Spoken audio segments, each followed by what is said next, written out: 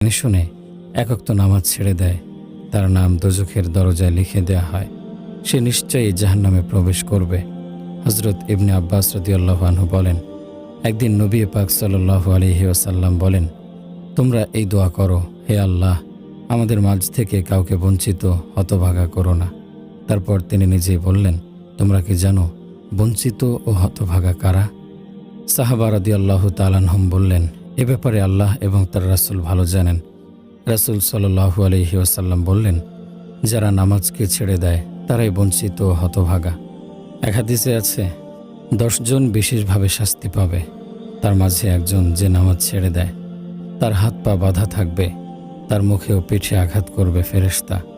জান্নাত বলবে, তোমার সাথে আমার কোনো সম্পর্ক নেই, আমি তোমার নই, তুমিও আমার নও। দোজখ বলবে, এসো আমার কাছে এসো, তুমি আমার, আমিও তোমার। জাহান্নামে